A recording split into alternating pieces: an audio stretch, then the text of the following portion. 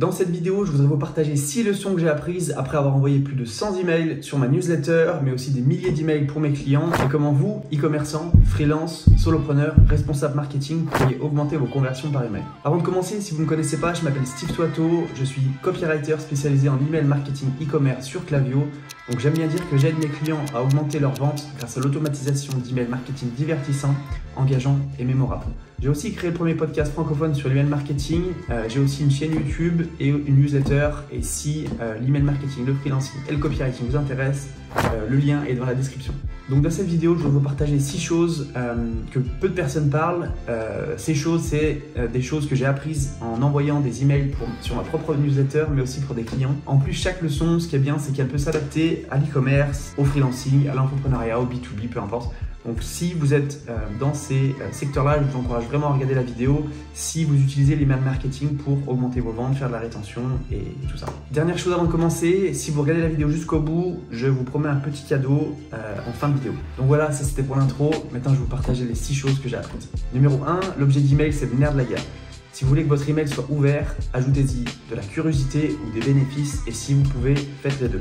Numéro 2, les emails qui plaisent le plus, c'est les emails qui mettent en avant l'humain derrière la marque. C'est pas les emails de promo H24, c'est des emails ce que j'appelle de personnalité. Qui racontent des histoires que vous avez vécues, mettent en avant vos doutes, vos faiblesses, vos émotions, vos forces, vos victoires, mais aussi ce que j'appelle le behind the scenes, c'est-à-dire tout ce qui se passe derrière et que habituellement les marques ou les personnes ne partagent pas. Ça permet vraiment de monter le côté authentique de votre marque et de créer du lien et surtout de la confiance avec votre audience. Numéro 3, si vous voulez augmenter vos taux de clics, ne donnez pas tout dans votre email.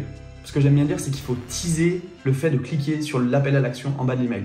Les 3/4 des personnes qui envoient des emails vendent la solution dans leur email, que ce soit visuellement, donc voilà, avec des grosses images du produit en question, vas-y, achète. Ou même dans leur copywriting en fait.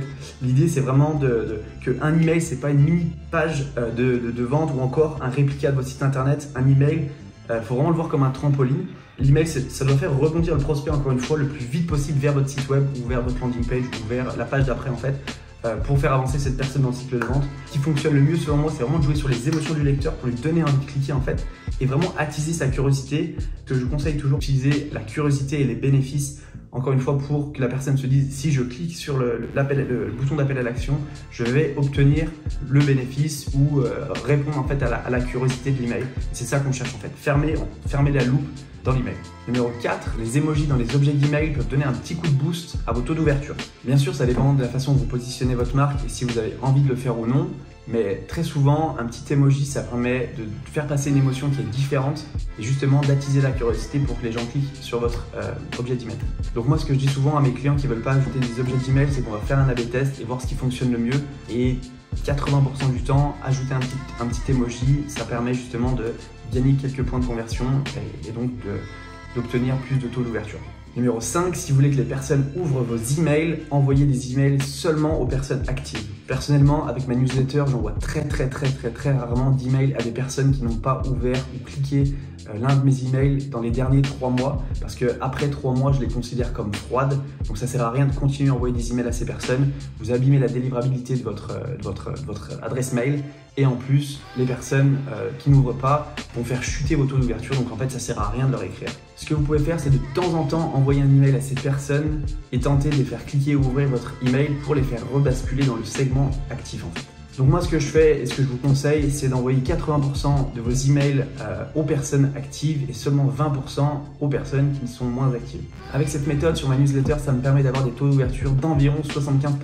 Donc je vous encourage vraiment à envoyer des emails qu'aux personnes actives et qui suivent votre contenu en fait.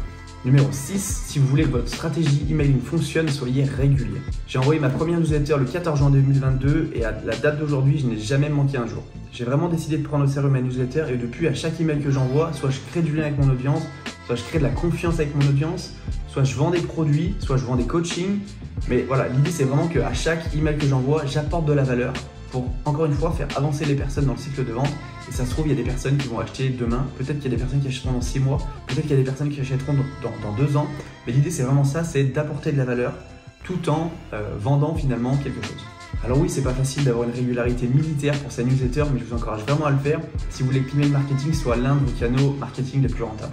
pour que votre stratégie emailing fonctionne, il n'y a pas 15 000 solutions, il faut vraiment être régulé. Donc voilà pour les 6 leçons que j'ai apprises en envoyant plus de 100 emails sur ma newsletter, mais aussi des milliers d'emails pour mes clients. Donc comme je le disais en début de vidéo, je voudrais vous faire un petit cadeau pour vous remercier d'avoir regardé la vidéo jusqu'ici. Donc ce petit cadeau, c'est un code promo de moins 30% sur ma formation Email Express pour les 30 premières personnes qui la commandent. Donc Email Express, c'est une petite formation qui vous explique comment créer les 3 séquences email les plus importantes pour une boutique e-commerce. Donc la séquence de bienvenue, panier abandonné et post-achat. Je vous explique exactement comment je fais pour atteindre entre 20 et 30% du chiffre d'affaires attribué à l'emailing. J'ai aussi quelques bonus. Je vous montre comment créer des objets d'email qui donnent vraiment envie à vos lecteurs d'ouvrir. Mais aussi d'autres bonus que je vous laisserai découvrir. Si ça vous intéresse, le lien est dans la description et le code pour profiter des moins de 30%, c'est Email Express 30. Je le rappelle, les 30 premières personnes pourront en profiter et c'est tout. J'espère en tout cas que cette vidéo retour d'expérience vous aura plu et que ça vous aidera à améliorer votre stratégie emailing. Si c'est le cas, encore une fois, si vous pouvez laisser un petit pouce bleu, ça serait hyper sympa. Et moi je vous dis à plus. Ciao. Encore pas facile, pas facile, pas facile.